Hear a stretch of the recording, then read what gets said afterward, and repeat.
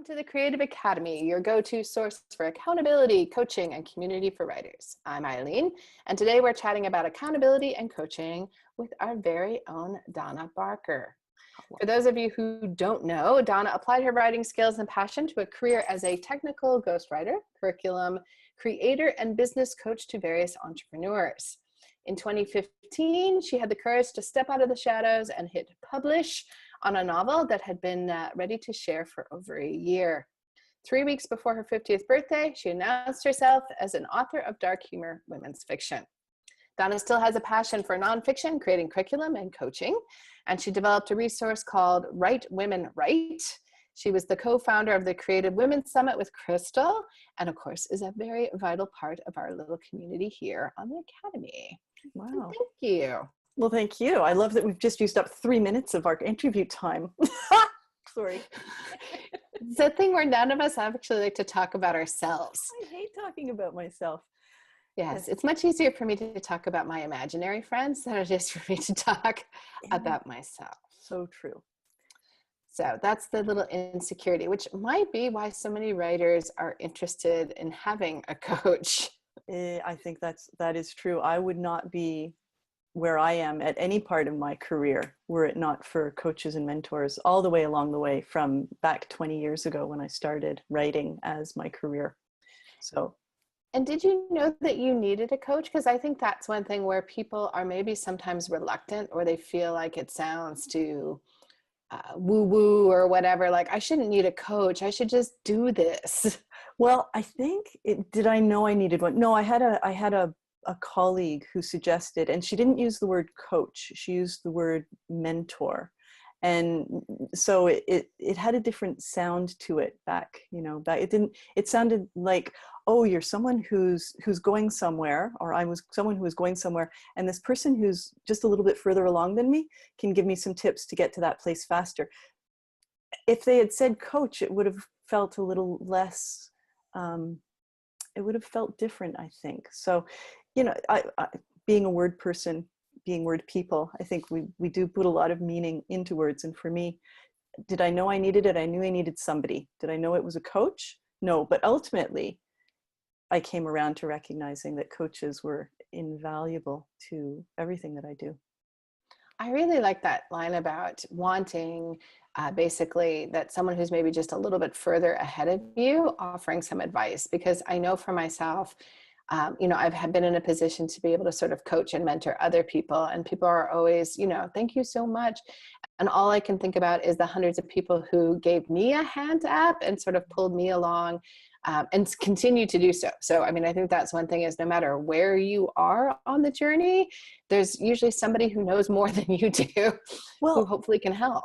Yeah. And it's, and in terms of, the kinds of coaching that there are for writers, I really like to distinguish between what I do and then what you do, Eileen, and then what Crystal does, because and this comes around to recognizing that we're all on this continuum, and sometimes the continuum isn't a straight line. It's not even circular. It's almost like a blender. Like we're in this continuum all at once.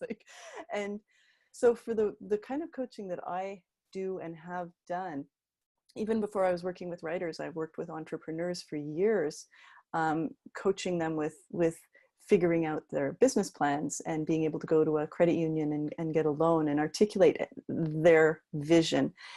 And a lot of that is around shutting down the inner voice, because we all face this I hear it over and over again. You successfully, how many books have you published, Eileen? 15, I think. And how many times do you have to sit down and talk to your inner critic?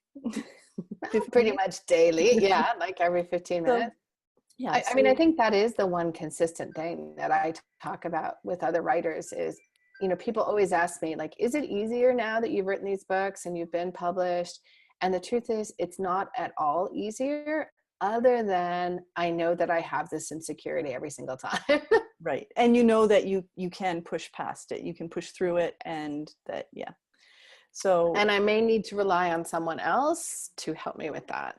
Mm-hmm. Can you kind of walk through like what someone might expect or what kind of outcomes they might have if they work with a writing coach? Like, what could they use a coach to help them with? Well, so I mentioned from my perspective, you've got a choice of different kinds of coaches depending on what your needs are. So you could work with a coach to at the end of a process of having written your book to help you do the technical pieces of getting your book into the world, either with a traditional publisher or a self-publisher.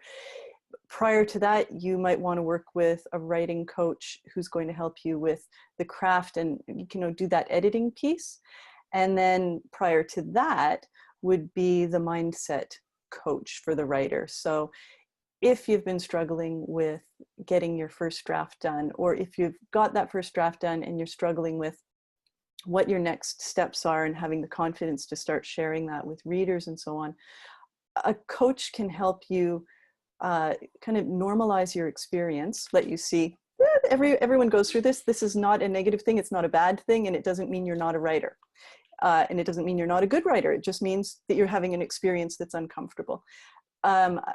Accountability is a really big piece that I work on with the writers that I work with. It's that we're writing in the sides of our lives for almost everybody is. We're not being paid to do it. And so how do you prioritize your writing? And that would be something, so helping you get unstuck. Offering a fresh perspective is really important. So we get all tied up in the emotions of our writing because it's really personal.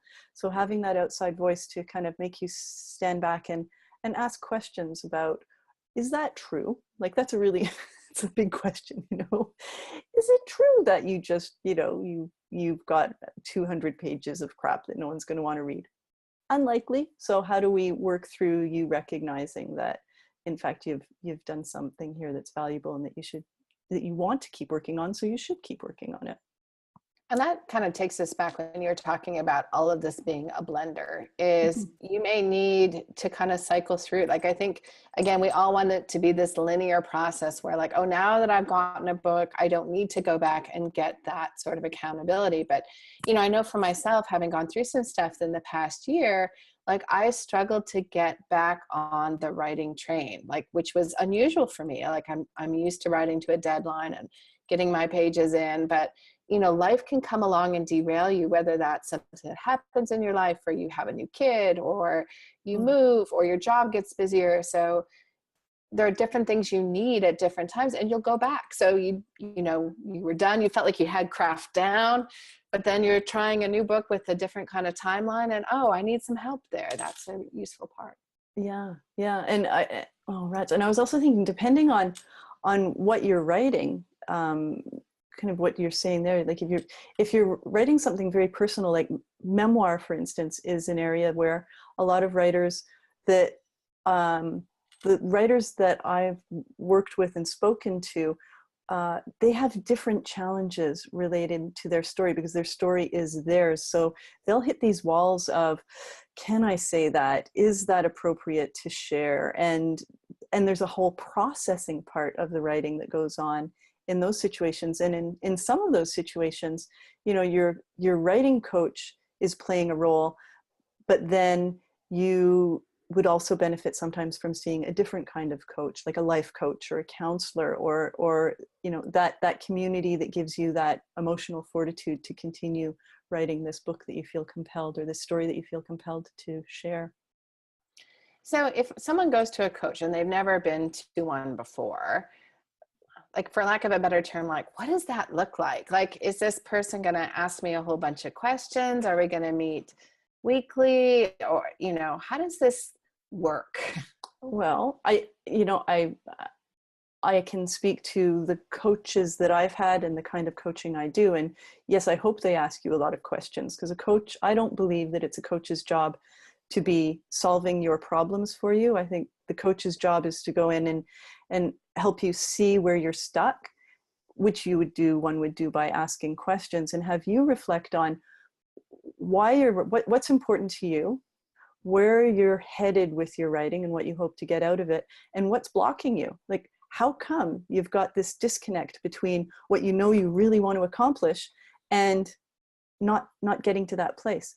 So you know, what it would look like, I believe, is that you would have a conversation with the coach, and there has to be a level of trust. Like, I'm not the right coach for all people, and I have had an experience with a coach who was absolutely the wrong coach for me.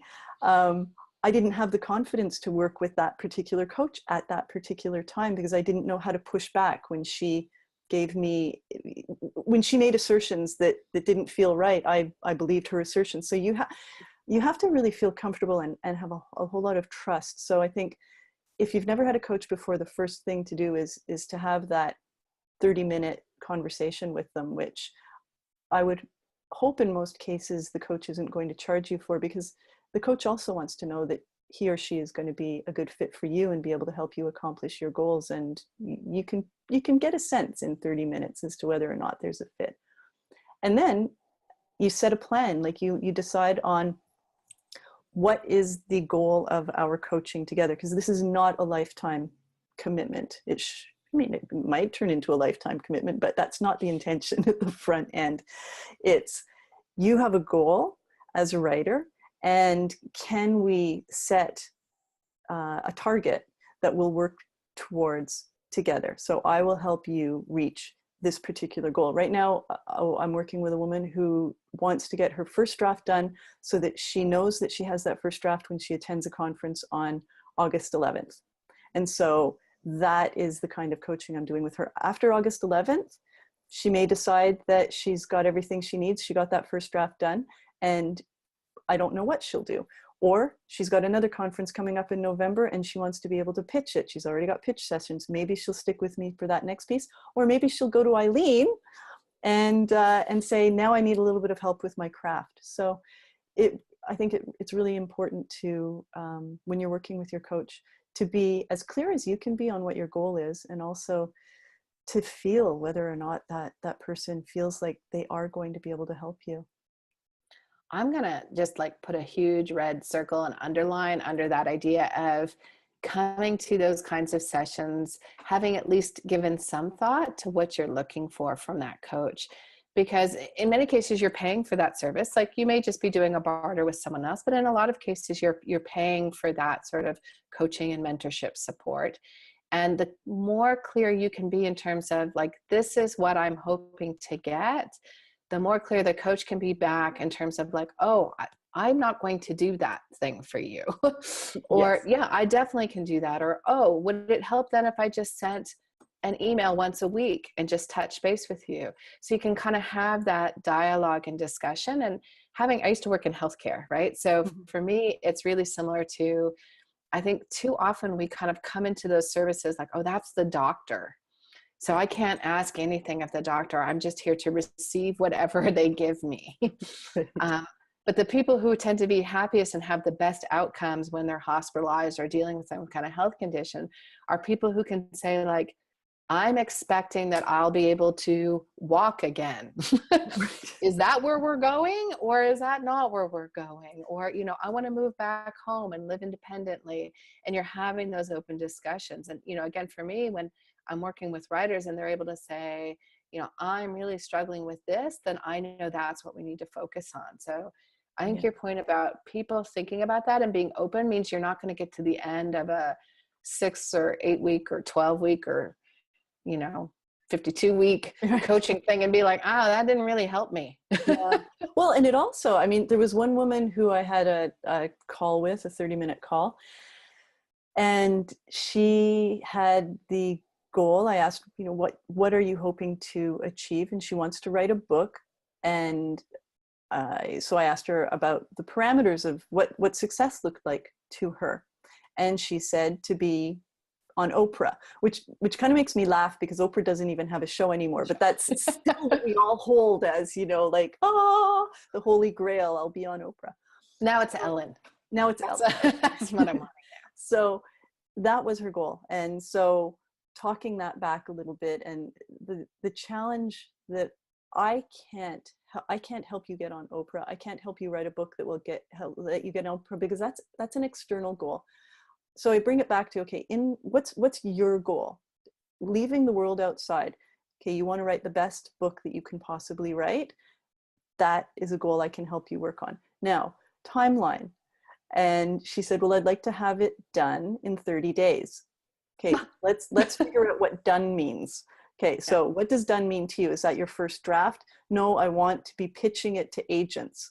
Okay, I'm not the right person to help you. There might be somebody there who can help you. Oh, well, no, actually, I did ask one more question. I said, are you working on this full time? No, she has a full-time job and she has 2 children. So this is the evenings after the kids are in bed and for a couple hours on the weekend. So unfortunately, I can't in clear conscience say that I can help you achieve this goal. So that initial call is really good. And in the end, she went away and she wanted to pursue something with me. We did a 1-week accountability check-in. And at the end of that 1 week, so checking in 3 times during the week where she had set some specific goals. And it was clear that she's not ready to actually achieve these goals. And that's good information. That's good information to have, and some now context. She said, I'm going to go away and think about what it's actually going to take to write a book. Brilliant. So when she comes back or goes to another coach, she'll have that clarity and a better understanding. So I feel like that's a win. I think that's a huge win. And I think, that's another really valuable point that, coaches are obviously, especially when we use the term coach, you think of someone who's like, go get them team, right? Like it's cheering you on. But a coach is also someone who's letting you know, like, what you're doing is not working. Or it's possible that, your perspective on this is not as clean as it needs to be. And we get caught in our own, like delusions or, expectations. And, for someone to say to us, and, I've been on the other end where someone has said like, where I've been like, I'm going to have a draft done by X, and someone saying, is that really reasonable given A, B, and C going on? Right. And then it's that thing of like, oh, no. It's really important. And it's not just my opinion. I wish I could, my fingertips say that this is the research that supports it, but it's really important that we set goals that we can achieve, because every time we set a goal that we fail at achieving, it gives that inner critic a little bit more power to say, see, you're not really a writer. You can't do this writing thing. And so I think that's a really important part of being a coach as well, is really listening to what the person is saying is their capacity, and giving them, setting milestones along the way that they can achieve. Because the other side of that coin is that every time we hit one of those milestones, it creates that little success, like, I can do this, I am a writer. So I think that's a really important part of working with your coaches, making sure that they are really listening and hearing what you're able to commit to do, and not pushing you so far that you don't succeed. And knowing that you can shift those goalposts. Like, I think, you can say like, what, you haven't been writing at all. Let's get where you're writing 200 words a day. And someone's like, oh, but if I only do 200, it's going to take me so long. It's like, well, there's nothing to say in 1 month we don't up that to 500 words a day or 1,000 words a day. But let's give you that feeling of winning. Exactly. Yeah. And life, parents getting sick and so on. There's a really, I think the hardest part for me are working with people who come to sessions with excuses. And you can come with an excuse every now and then. My mom was sick. I'm caring for my elder mother. But when those excuses become the pattern, then it becomes really tricky. That then, as the person receiving the coaching, I think it's, at that point you have to sit down and figure out what are your priorities, and should you be, if you can't make this a priority right now, maybe it's time to, just write 50 words a day, even, so that you keep that writing as part of your habit, or start writing at least 50 words again. Because once you fall out of that pattern and you start using excuses, it's harder to get back into it. And I think, you've experienced that. I certainly have experienced that. It's, you don't want to go there. You don't. Yeah. So you need a coach who's going to be firm but loving, respect that it's hard. Life is hard. But if this is something you really want to accomplish, you have to be making at least that much effort. Yes, let's readjust, but make that much effort. Yeah, You got to stay on target. Now, how does somebody find a coach? I mean, obviously there's us. That's right. I was looking for, Right here. trying to think of like, the magic orb, that ball, the magic 8 ball. Actually, truly the place where I would start, and the place I've found every single coach that I've worked with, but for the one that was a bad fit, was word of mouth and talking to other writers. So in fact, Eileen, you were my development editor and a huge important coach at that stage when my first novel that was going to become published, when I wasn't sure that that was something that was actually a feasible or smart idea. So I wouldn't be sitting here talking to you and be in the Creative Academy with you were it not for you. So, and how did I meet you? I met you through a writers group. And I think they're the best places, because then you get a feel for, number one, other people who are in the group, and most writers groups will have people who are at all levels. And somebody doesn't have to be formally trained or hanging out their shingle saying I'm a writer's coach. You can peer coach. You can do accountability, for instance, accountability coaching with other people who are at a similar stage, who just know how to listen and hear what you're saying, and then feed it back to you in a way that you'll go, oh yeah, okay, that's bogus. I shouldn't listen to that voice or whatever. Now, when you get to the craft, oh dear, it's an accountability alarm. When you get to the craft, obviously it can get a little bit trickier to find those coaches, because that's an entirely different conversation, I believe, around who to look for, who's going to actually be reading and editing your pages. Well, and I think, your point though is really valid around the idea. And I stress this to people all the time, which is sort of ironic given that these are services that I offer, for sale and for a fee, is I always tell people you don't necessarily have to be paying for coaching. And never get caught in the idea of like, I don't have the funds to pay for an editor, or I don't have the funds to pay for this coach, therefore I can't get to my goal. You just might have to be a little bit more creative about how to find one, or partnering up with someone. And again, the Academy, hopefully people are connecting on forums and talking, and you might meet up and connect with someone either here or another online group that can kind of offer you that support, because that's really valuable, I think. Yeah. In terms of paying for a coach, like, is there a range? Like it was funny, I had a discussion with Crystal and she says, what can people pay for a developmental editor? And I'm like, I've seen it as low as sort of 50 cents a page to $10,000 for a manuscript, and pretty much everything in between. So is coaching similar? Is it kind of looking around to see what you can afford and what's available? Yeah, I mean, yes, it's similar. There are coaches. I've actually not seen a writing coach who charges less than $75 an hour. But I was having a conversation with a woman yesterday, and we were talking about, she's a business coach, and so we're kind of peer mentors.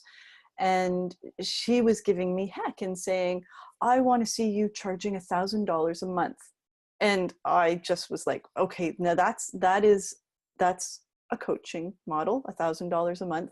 And then down at the other end, there would be the $75 an hour, or I haven't seen many people going lower than that. But I like to think of it differently. I've been working as a self-employed freelance writer since January 2002. So that makes it, at this point, 16 and a half years. And long ago, I moved away from the per hour kind of fee schedule, because I know how long it takes me to do a job. I look at something and I think, this looks like a project that's going to cost in my time this much. And so this is what I'm going to charge that client, or I'm going to propose to that client. Now, as the person who's hiring a coach, I would recommend that you kind of think of it that way as well. Like, if you have a budget for your writing, for instance, you spend money going to conferences, and you spend money on buying craft books and doing all the things that that writers do with their money to support their craft.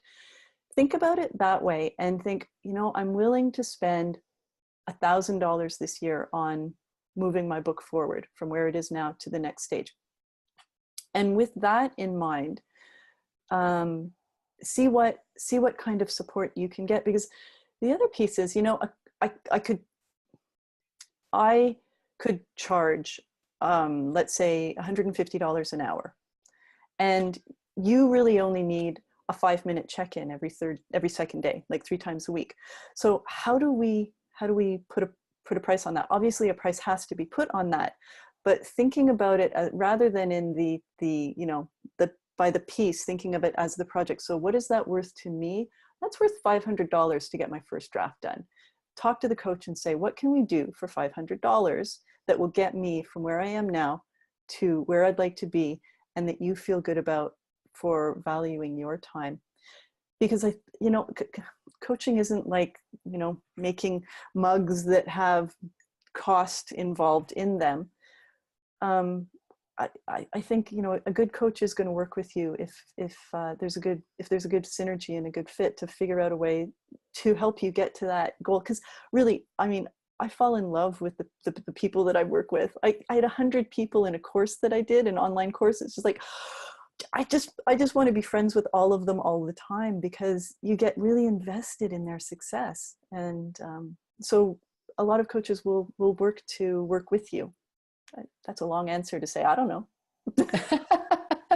Well, but I mean, I think that went full circle back to our original point, which was, you know, you need to have a discussion with someone and talk about what are our expectations, what am I looking to get out of this, and what that's going to be, and then an openness to shifting and changing that as you shift and change, and as the project shifts and change. Yeah, and if something's not working, you know, if you're working with a coach and you're finding that either they're pushing you too hard, or you think they're just not getting what your needs are, or they're not pushing you hard enough, certain pieces of that you have to accept responsibility for yourself as the person being coached. But then there's a piece that the coach has to own as well. And if something's not working, you know, have the courage to have that, you know, breakup conversation, or can we look at readjusting? Because yeah, no, as I say to my son, who's now 22 and finally said, mom, the best advice you've given me, that thing that you repeat all the time that used to drive me crazy, it's true. No decision is final. Like, okay, as long as you're not doing drugs or hurting somebody, any decision you make, you can change, right? Like you can say, tried that, didn't work. Let's try something different. And in terms of respecting time, I want to respect yours, because I asked you to speak with me for 30 minutes. So before we end our conversation, is there anything I haven't asked you that I should have asked you, or anything you want to leave with people when they think about coaching? I would say yes. Those coaches, almost every coach is going to offer you a free 30-minute get to know me, let me get to know you. And I know for me, it can feel like, I really don't have an intention of actually hiring that coach. So I'm not sure if it feels authentic, or if there's integrity in actually taking them up on that call. Take them up on that call. Find a few coaches that look like they resonate with you from, you know, someone's mentioned them, or you like their website, or you've come into the Creative Academy and you think, there might be a good fit there. Because number one, you won't know unless you've actually had those conversations. And number two, even more importantly, is those conversations, that 30 minutes, you should walk away with something valuable just in having that free conversation. So don't feel bad about that. That's what coaches do. That's how coaches get their clients, is they do these free conversations. And the industry standard is something like 10 conversations for one client. So if you're part of the 9 who don't end up hiring them, don't feel guilty. We love coaching. We love meeting people. We love helping. That's what coaches love doing. So that would be the only thing, is like, don't just do it. Go and try and see how it feels, and see what you can get out of it. I think that's a pretty good place to end. Just do it. We're like a Nike ad. All right. Okay. Well, I want to thank you, Donna. Thank you so much for talking with us. And thanks to everybody else for listening. See you over in the Creative Academy. Bye. Are you a member of the Creative Academy yet? Join us today and unlock a wealth of resources, masterclasses, feedback opportunities, and community events designed to help you reach the next step in your writing journey. No matter what stage you're at, we've got a helping hand to guide you along the way. Check out our free resource room if you'd like to get a taste of how we can help you reach your writing and publishing goals. Thank you for bringing us along on your writing and publishing journey. Crystal, Eileen, and I hope to see you around the Creative Academy soon.